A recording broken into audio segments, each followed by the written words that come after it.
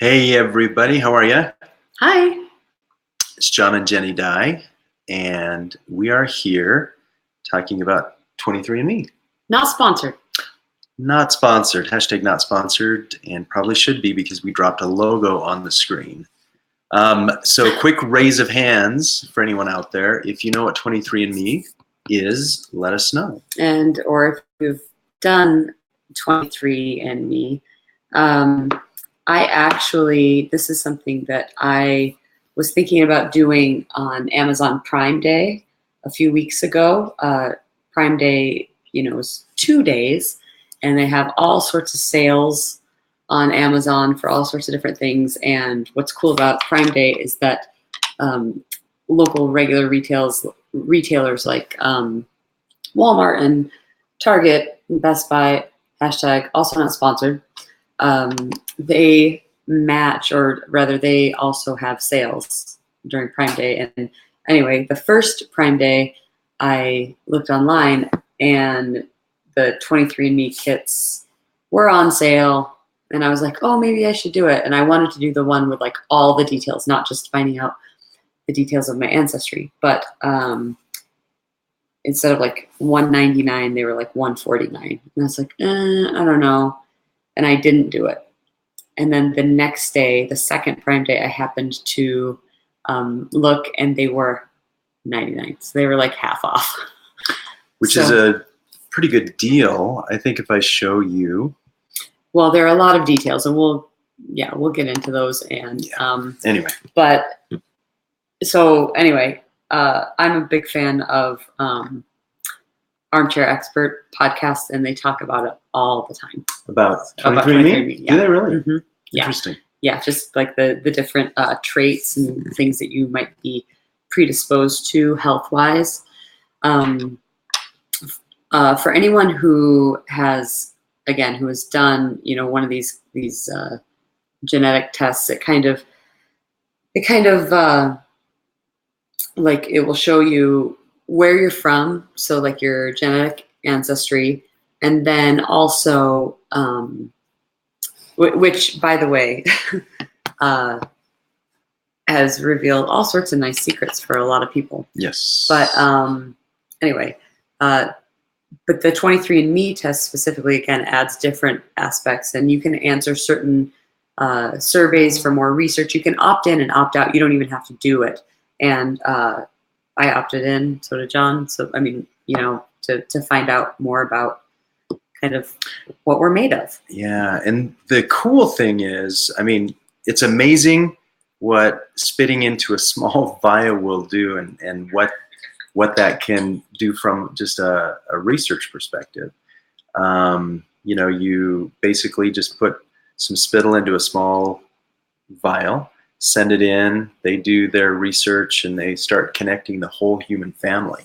That's what I think is so cool, is actually being able to decode DNA markers, find out what you're genetically predisposed to, whether it's cancer, whether it's hypertension, whether it's late onset Alzheimer's, all of those things. So we're going to share just some of the cool things that we found out about ourselves really quick. And again, what John was talking about, for those of you who haven't done these genetic tests, what you do is you order the test, and you they mail you a kit, which consists of instructions and a sterile vial, and you spit into it. Like you put your saliva into it, you seal it up. Again, all the instructions are in there. They're even very specific that it has to be saliva up to a certain line. It can't be bubbles, and then you and then also like a prepaid box to ship it back. Mm-hmm. And then you download the app on your phone. You don't have to if you're not a smartphone person. There's also a website, and you create an account and log in. Did you share it here? No. And okay, well, so then you know, I mean, gosh, we did this, what, last week? 2 weeks ago. Okay. A week and a half ago. Yeah. And anyway, and yeah, we mailed it in, and then just today I got the notification that it had happened. So. Yeah. So we got the results, and do you want to open up the app and maybe show them, or do you have something you want to show there? But it's really cool, and that's what we want to share really quickly right now with all of you guys, because some of the things that you can find out about yourself, just really, really cool. This is these are some of the questions, and I think this was in the health and wellness area, right, Jenny? Shoot, I think I opened up to the wrong one. I might have to go to the. And Terrell Trust Parker, she asks a really good question. She said, "Have you done the ancestry one too? What differences do you like with the 23andMe? It's also fascinating." So the deal is I actually did ancestry a long time ago. I did too. What was your experience there? Well, it gave you the heritage breakdown, if I remember correctly, but that was about it, I think, right? Yeah, exactly. There wasn't at that, well, and when I did it, it was probably 2013, 2014. So they didn't have the option to find out further details about genetic traits and what health-wise you might be predisposed to or whatever. Mm-hmm. They didn't ask questions about things like sleep habits or stress or eating habits or exercise or what city you live in or where your mom was born or whatever it is. So there are some further details there. Yeah. Interesting. So, but as more people submit to this corpus of data, that's when it becomes really rich, and all these connections are made. You can see your DNA ancestors or your connections. Is that what they call it? Yeah. Anyway, it's really, really cool, I think, that this is happening. So the app itself, I don't know if I can show you mine. Can you see that all right? Might be backwards to them, but that's okay. You're 88%, so it looks I'm 88% the same. Something, yes. So well, even backwards or forwards, it reads the same. Right. So looks like a CD. Yes. There's your ancestry composition. You want to share yours? Sure. Yeah, let's do that. Okay. And I have to tell a quick story here. And by the way, comment if you're watching this, comment and let us know if you've done this before, if you've had any experiences with it, because I have an experience. So what prompted me to do the ancestry one years ago was that I was in a show at the Hale Theater in Orem. I was in Heights, and that required casting for people who can look different races, or just not your typical kind of white guy person. I say white guy right when I look at you. Utah County. Yeah. Basically. And so there was a lot of kind of like people asking, like where are you from, or where's your ancestry, and that sort of thing. And my entire life, I've been told that I'm Irish, English, German, French Canadian, and Cherokee Indian. And there's this whole thing about how we have this Cherokee ancestor, and her name is Sarah Chickadance, and there's like a picture of her, I think, on my Uncle Jimmy's wall. Chicken dance? Yes. Chicken dance? What? Chickadance. Chickadance. And there's like a picture of her on my Uncle Jimmy's wall in Illinois. Anyway, I got my Ancestry.com results back. Guess what I'm not? A girl? Who's that woman in the picture in the frame on my Uncle Jimmy's wall? Because I don't have a Cherokee ancestor. So they picked that up at a garage sale for 50 cents. And I'm not saying, I mean, it's just interesting how, like, tradition and story can be passed down. I'm not saying she's not there, but I just thought that I guess I should say, maybe I'm just under the impression that I had a lot more, Cherokee than I do. I think it's kind of a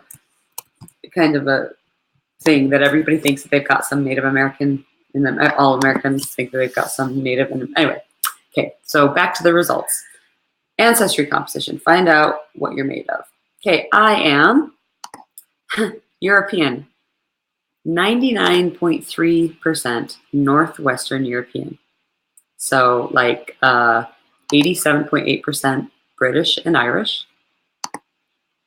3.2% French and German. So British and Irish is your largest. Let me tell you where mine is, shall I? Okay, so you're 99.3% European, 97.5 for this guy. So you're how much British and Irish? So British and Irish, I'm 87.8. Yeah, What are you? I am 74%. Huh. Straight up. So, and then French and German, I'm 3.2. I'm 9.6. So you're more French and German. Scandinavian, I'm 0.1%. I am 1.7%. And then there's another category, broadly Northwestern European, 7%. And I'm broadly Northwestern European, 10.6%. Okay, now moving to Southern European. What do you have? 0.5%. Broken down how? Spanish and Portuguese, 0.4. Broadly Southern European, 0.1. Okay, and I am Southern European, 1.2%. I'm Spanish and Portuguese, 0.5. And broadly Southern European, 0.7. So broadly European is 0.1%. Also another one, this is very interesting, East Asian and Native American. I'm 0.4%. And no chicken dance in her history. And this guy, Gringo McGee, is 2.3% East Asian and Native American. Yes, 2.2% Northern Asian and Native American. Native American is 1.9%. 2%, guys. I checked the wrong box on my college applications. This guy. I could have been going to college for free, right? Not a thing. Am I right? 0.4% for me. That's just of Native American. No chicken dance. Broadly, let's see, what else? Chinese and Southern Asian. He thinks he's Asian because he speaks Mandarin. 0.1%, guys. That's about how good I speak Mandarin, apparently. Three kids who speak Mandarin. They get it from you. Yes. Oh my goodness, what else? That's it. That's it. At 0.4% Native American. So, but it's kind of cool because it gives you that map and it shows you the heat map from, you know, where you're at and where your ancestors come from. And basically, that's kind of like there's a different level of 23andMe that you can get just that information, and that's to me, like that's what Ancestry provided pretty much, right? Beyond that, though, again, we got a different kind, and we kind of got it's like an upgraded sort of. So you can explore more about your ancestry. There's a timeline, parental inheritance, because you can. There's a connection option. You can connect any family members. A DNA painting, scientific details, FAQs. You can explore your ancestry in detail, meet your DNA relatives, and then they have other things about ancient DNA, like Neanderthal ancestry. What? Where are you finding this? You just got to keep scrolling down. Scrolling down? Yeah. Right? Okay. Neanderthal ancestry. Neanderthal? Neanderthal, right? That's not how you say it. Comments below, Neanderthal or tall?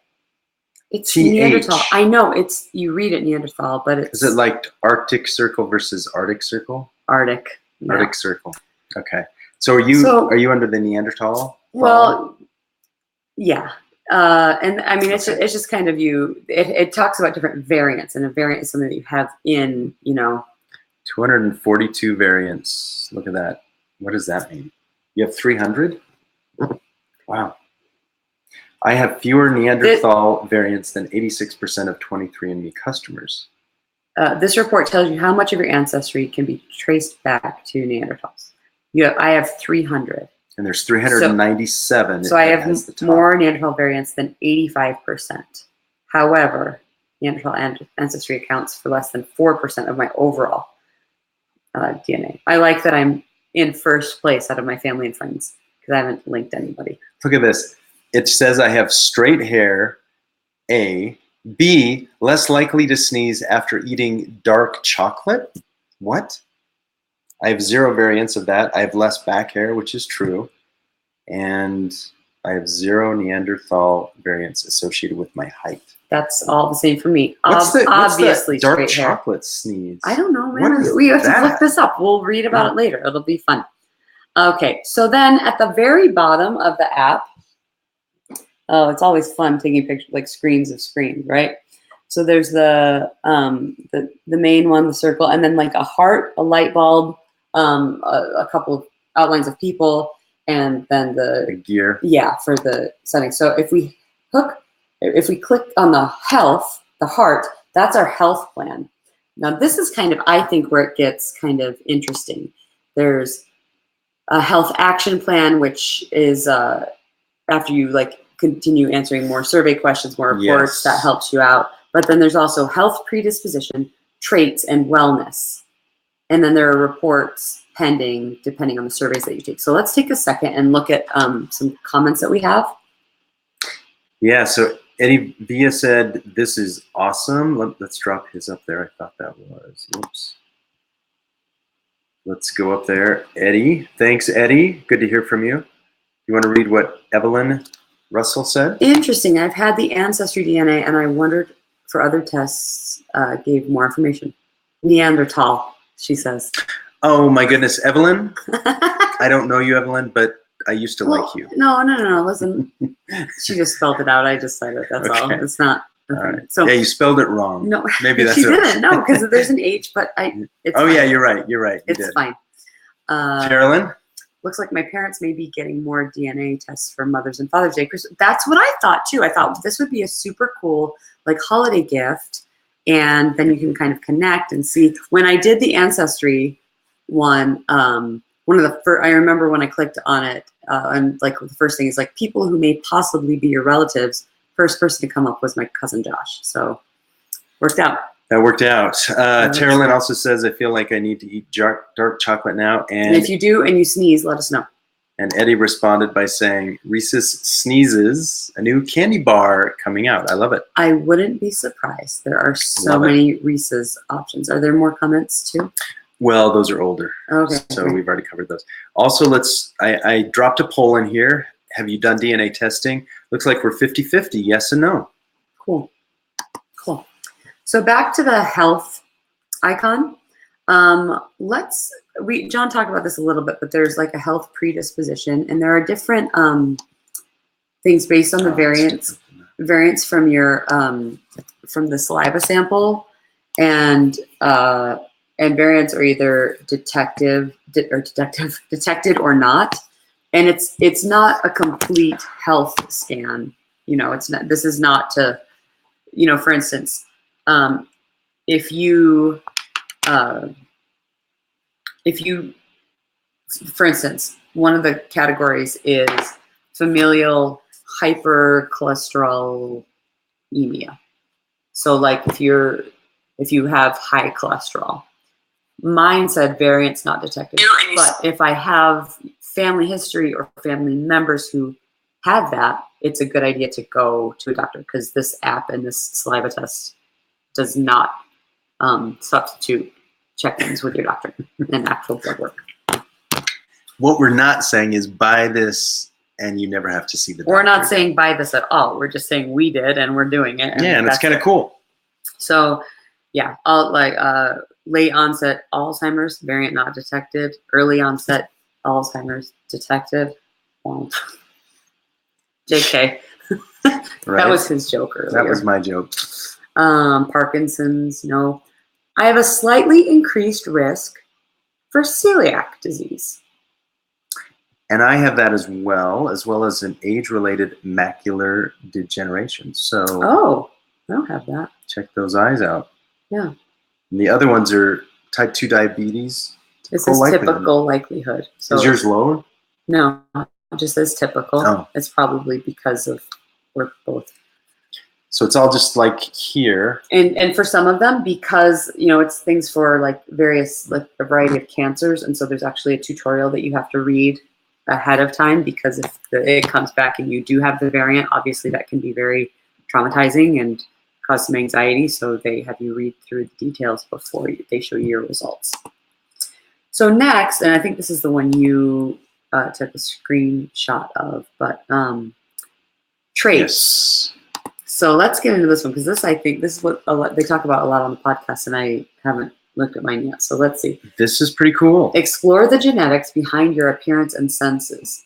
So what you're looking at right now is, or what the screenshot is that John keeps putting up, it's his. This is mine, but this will show you exactly what it shows while on this screen that Jenny's looking at. So again, look at the granularity. This is absolutely incredible. Do you want to talk about the first one? okay, so the first trait is the ability to match musical pitch. And so, like, that is a genetic trait, apparently. And what does yours say? Mine says 50-50? no. Mine says, based on your genetics and other factors, you are more likely to be able to match a musical pitch. See, and I'm 50-50. So I'm definitely on the 50 side. Good one. I like it. What else? And this one says, yeah, so anyway, so that I just, and you can click on it and it'll tell you kind of how they zero in on yeah. it a little bit more. The next one, asparagus odor detection. Yeah. I need to look at this. Like asparagus odor detection. after, Show them that actually really quick. okay, so this is So what, check that when out. you, oh wait, You it's gotta go the this other way, backwards. Okay. Like there's legit like a graphic of this, right?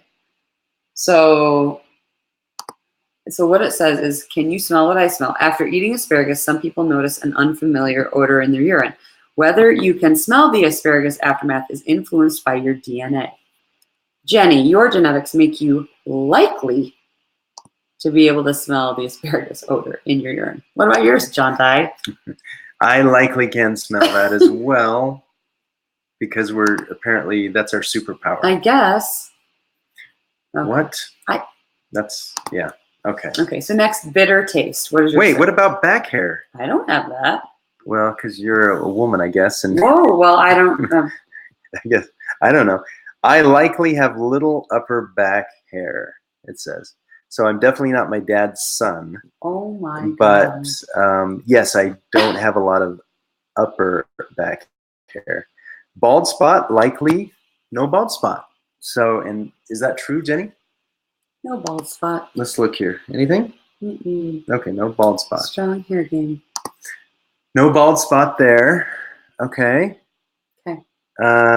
Bunions? Yes. Oh, wait. Do you have bitter taste on yours? Oh, yes, I'm sorry. Okay. Bitter taste. Mine says likely can taste. What is yours? Mine says likely can't taste. Oh. Which is interesting. Huh. Likely can't taste bitter. Scientists believe the bitter taste sense developed to help animals detect toxins or poisons in food, but not everyone can taste the same things. My genetics make me likely to be able to detect certain bitter tastes. So I guess I'm going to win when we all have to live in the forest. When we all die because of poison being added to our food, right? I'm not going to eat it. I can Okay, taste it. It tastes good. bitter. Good. Bunions. I don't like onions. Do you like onions? Shoot. More likely, Womp. based on my genetics and other factors, I am more likely than average, get this, to have had a bunion. A bunion is a bony bump on the joint at the base of the big toe. For some people, bunions aren't bothersome, but for others, bunions may cause pain on the surface. So, what does yours say? Are you more likely than I average? am, I believe, less likely, if I look at Yeah. that, less likely than average to have had a bunion. Is How about it you on the guys? Dancer? I don't know. Okay. Cheek dimples. Likely no dimples. Same. Likely none. Cilantro taste aversion. Okay. What about you guys? Do you like cilantro? I have a slightly higher odds of disliking cilantro. I also have a slightly higher odds ranking of disliking cilantro, but I like cilantro quite a lot, actually. I like a little bit. I do I like a know. little bit. Yeah. So, all right. Cleft chin. Well, let's see. What do you guys think? Likely no cleft chin according to your genetics. Likely no cleft chin according to my genetics. Mm-hmm. Okay. How about dandruff? I'm less likely to get dandruff. More likely. Hmm. I don't think I've got it though. You wash your hair every day, and I don't. Head and shoulders, maybe? I don't know. Well, I don't, because it will dry out my hair because of curls. Yeah. Interesting. All right. What's the next one? Earlobe. Earlobe type. Likely detached are mine. What are yours? Likely detached. That's mine. So, But I actually don't know so what mine some are. people must have, does it have Yeah. a skin flap or something? So what it is like you have like a shape of a lobe, and then it's like, oh, your earlobe hangs down. But for some people it's attached where it straight up just goes straight down, and like there's no like inside part. And I don't know. I think mine are half and half. I don't know. Interesting. But mine says likely detached. Okay. This is one that they talk about on the podcast quite a bit, and I was like, wait, what? Earwax type. What? Yeah. Likely wet Like earwax. wet earwax. Is yours? Oh Is my yours? gosh. Well, what does it say? It says likely wet earwax. Okay, mine says the same. Why is that a genetic trait? That's a weird thing to ask. Okay, although you may not notice your neighbor's earwax, did you know it comes in 2 different types? Dry earwax is flaky and light colored compared to wet earwax, which is dark colored and sticky. Okay, like I'm 93%. Okay. Dark colored and sticky. That's wet? Yeah. Okay. Okay. Eye color. Likely blue or what? Green. Blue or green eyes. What color are your eyes, bro? I think blue, right? Yep, they are. Mine, likely brown or hazel eyes. What color are my eyes? Hazel? Nope. Black? Okay. Blue. Fear of heights. Fear of heights is a genetic trait. I know, this is interesting. Because my mom Uh-huh. is deathly afraid of heights. Really? And I have not enjoyed being on roofs Uh-huh. and hanging Christmas lights and doing stuff. Not feeling solid earth. Well, it's more ladders than it is heights. I don't like ladders. But I'm likely less afraid. Less likely than average to be afraid of heights. I also am less likely than average to be afraid of heights. And here's something I find when I am like in a situation where I'm, at a height. It's not that I'm afraid. At a height? In the heights? When I'm in the heights, I'm not afraid of being in the heights. Anyone. But it's not that I'm afraid, but I start shaking uncontrollably. So it's more of like a physical reaction. Really? Like I shake, and even mentally I'm like, no, this isn't scary. This is exciting. This is thrilling, but my body won't stop shaking. Interesting. But anyway, genetically, I shouldn't have that happen. I've hiked Angel's Landing. Do you think you'd be scared? I think I would shake for sure. Okay. I used to think I was afraid of heights, but then I realized it was something like that, where I was like, it's not that I feel afraid, it's that my body's responding like I'm afraid. I don't know. I think I would. I don't know. I probably would be afraid to do it. Actually, Angel's Landing. Interesting. People die there. Okay. Fear of public speaking. I am less likely. As am I. And maybe that's why we're doing this Facebook Live. Right. Right? Yes. Okay, next one. Fear of doing Facebook Lives. Less Weird. likely. Also less likely. Okay, this is funny. Okay, finger length ratio. So. And guys, we're not talking about that finger. Oh my gosh, John guy. We just need to make sure it's that the ring finger. Okay, the combination likely to have longer, here's the test, longer ring fingers than index fingers. So the 2 surrounding your middle finger. What's longer, your index finger or your ring finger? Oh my gosh. And I guess you could kind of. Mine says slightly longer ring, I think. Is that what it says? Okay. Likely ring finger longer, and that is true in my case. Longer ring finger than index finger. All right, on my left hand, my index finger is on both. It's so on both. What it's saying Your is ring not is true. smaller. Yeah, it's not as long. Okay, that's it. We're done. All right. We found the first thing that doesn't ring. Well, no, they're okay. I mean, there's the cilantro. All right, flat feet. I'm less likely than average. I'm more likely to have flat feet. Okay, I don't have flat feet. Freckles. Likely little freckling for me. Likely a lot of freckles. Likely actually to be one big freckle. That's what mine says. Okay, what? Okay, hair Photo bleaching, which I'm guessing is like your hair turns blonde in the sun. Is that like you drop what is it you used to drop? We used to spray in our hair to make it really Sun in no. or lemon Well, juice? or What?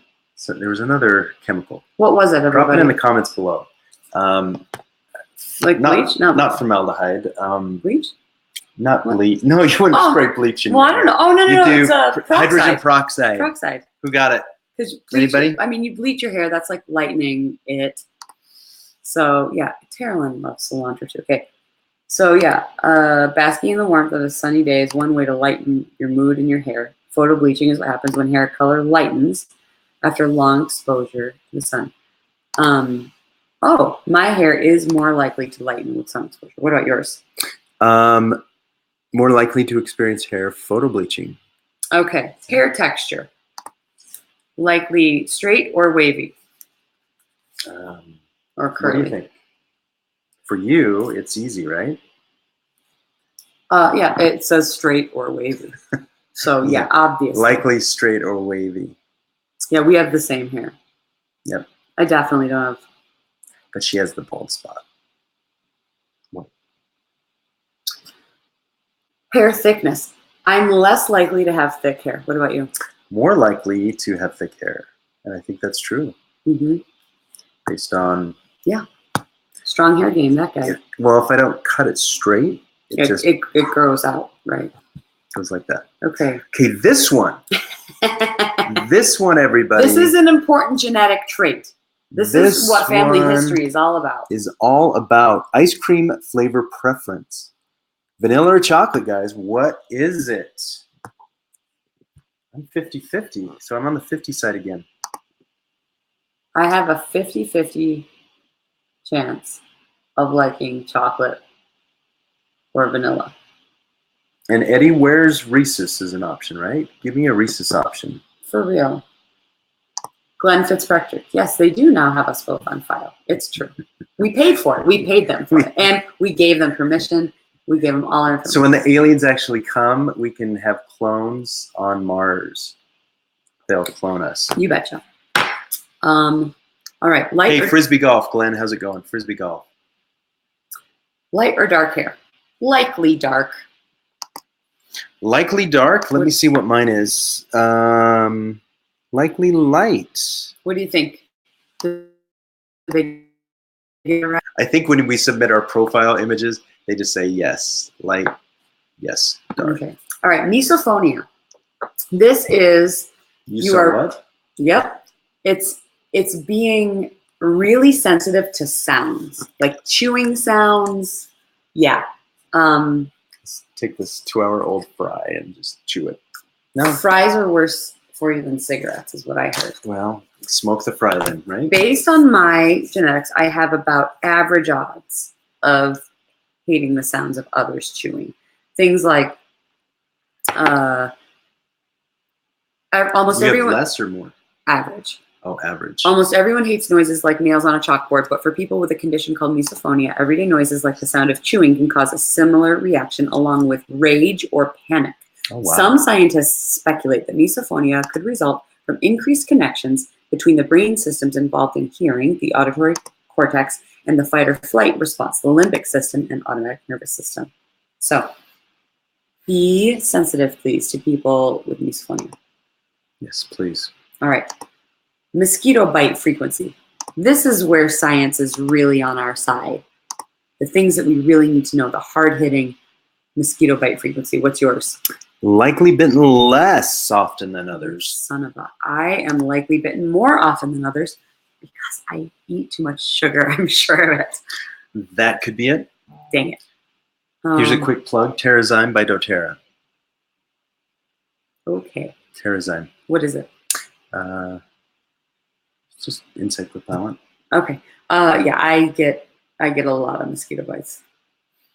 Motion sickness. I am more likely to experience motion sickness. I absolutely guarantee it. See, here's the funny thing. I'm less likely, but I don't believe that's true. I know that's not true. Do you get motion sick a lot? I do. And yeah, you go to Lagoon or... Oh, gross. Don't go to Lagoon. That doesn't happen well. All right. Newborn hair. Likely little baby hair. I don't remember. Same with me. Likely little baby hair. I think I had dark hair, but it was just the right amount. Yeah. The next one is photic sneeze reflex. I think that's the thing where like people say if you need to sneeze, you look into the sun and and then that what that does is that like cause you to blink, which like is the sneeze reaction or whatever. And what does yours say? I thought it was likely no phobic. Yeah. Photic, sorry. Here it is. Sneeze reflex. It could be a case of crossed wires in the brain. For some people, bright sunlight kicks off a round of sneezing. My traits result is the combination of my genetics and other factors makes me unlikely to have the photic sneeze reflex. And that's kind of funny. It's like, why is that even a category? Why is chocolate versus vanilla a category? I don't know.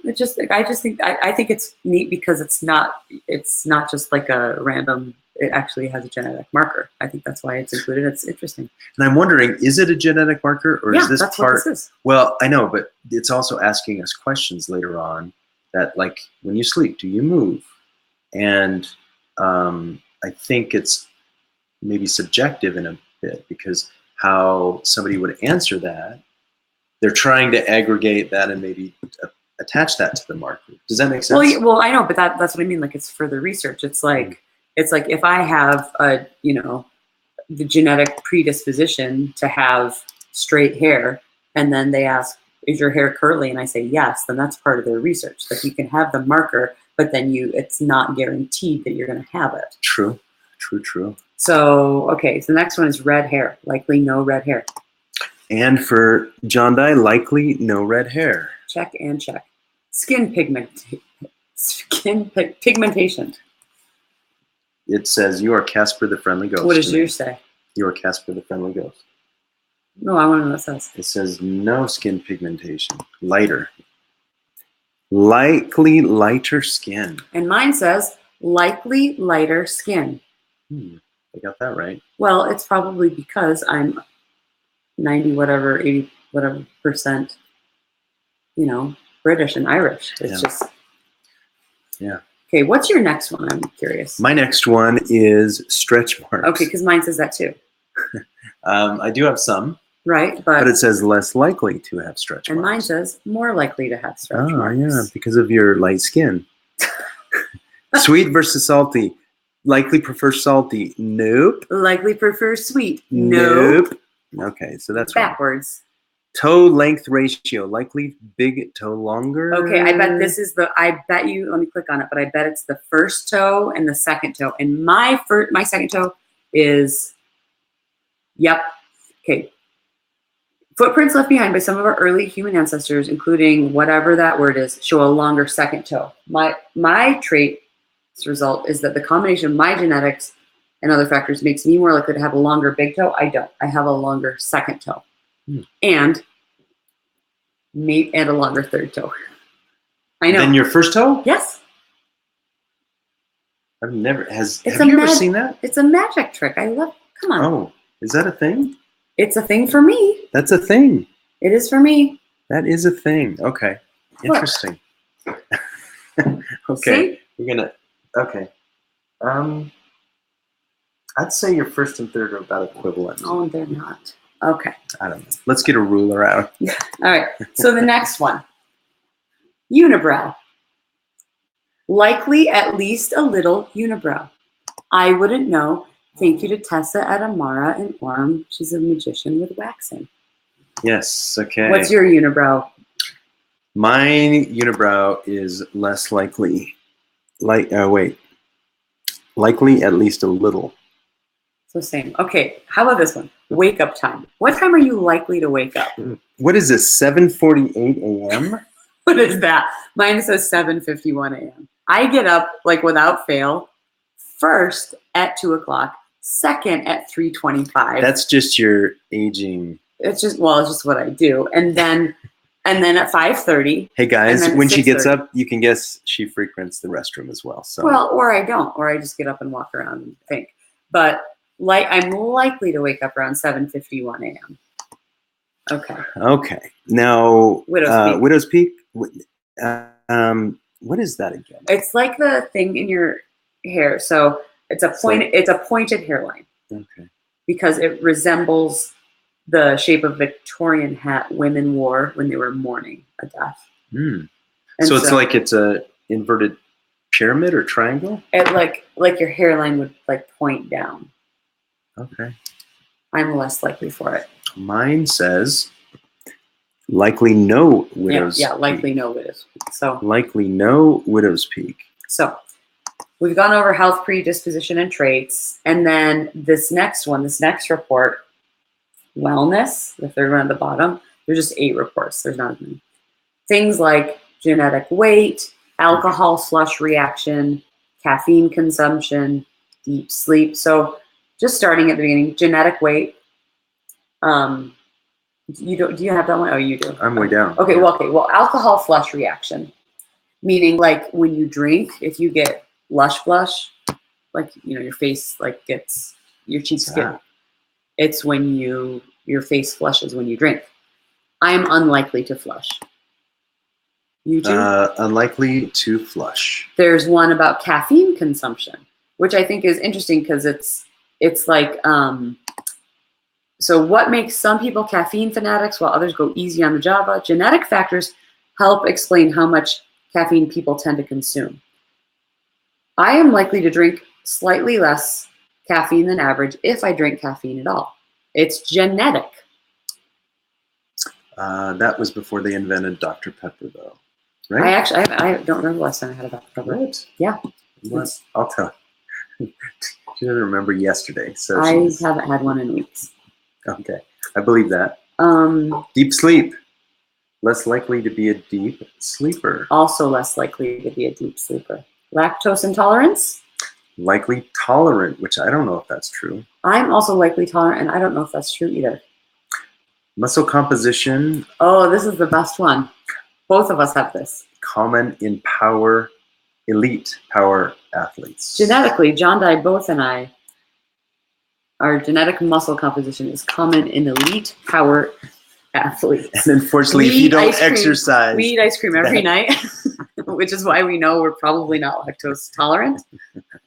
But luckily, we're not elite. What does it mean for us?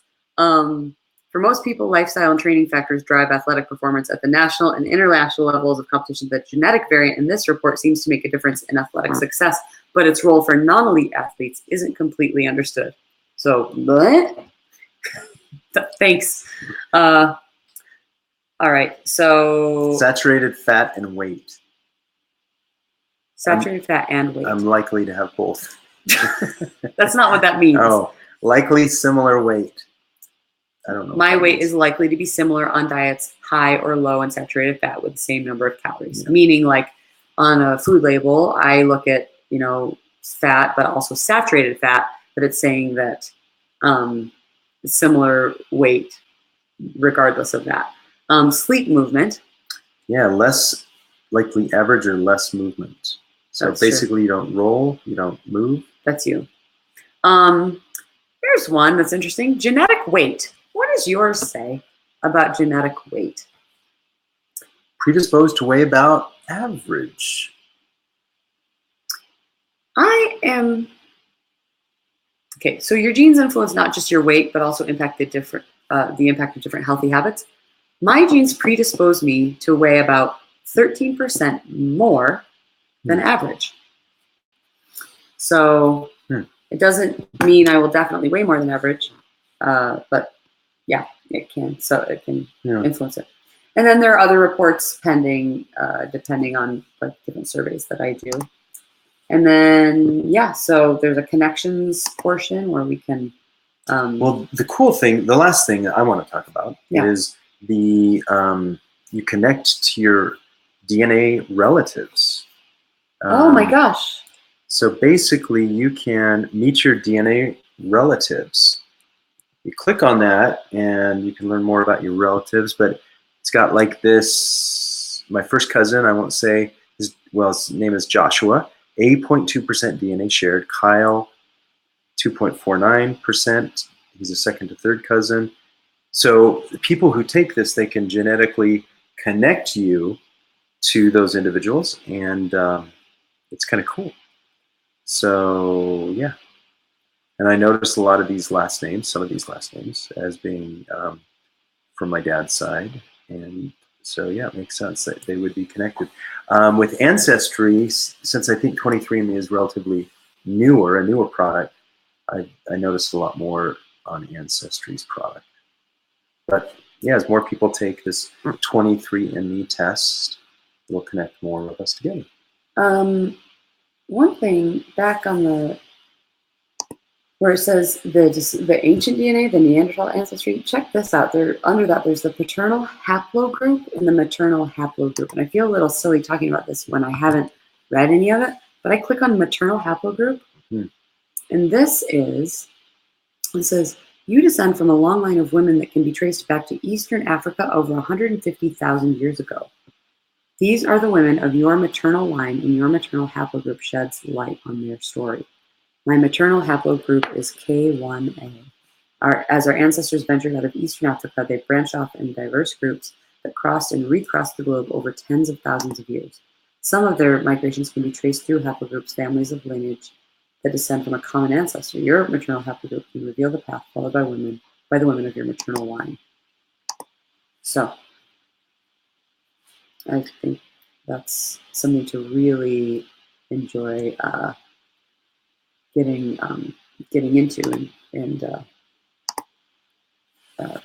learning about. Yeah, that's interesting.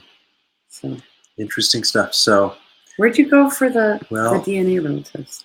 The very first, right here, and then you. Oh. Cool. And so you have to do that. And yeah, we should probably sign off because my laptop is on red. Okay. Anyway, I hope everyone had a fun time seeing what we're made of. And again, this is not sponsored, but it was just kind of cool to go through the results together with everyone. Yeah. And 23andMe is the product. And sorry to all my family members about this. They're a chickadance bomb. We'll figure it out. But at least you are related to those people. There was not sponsored. Not sponsored. Facebook. Or by bicycles. Okay, everybody, have a good evening. Bye. Please bless the missionaries.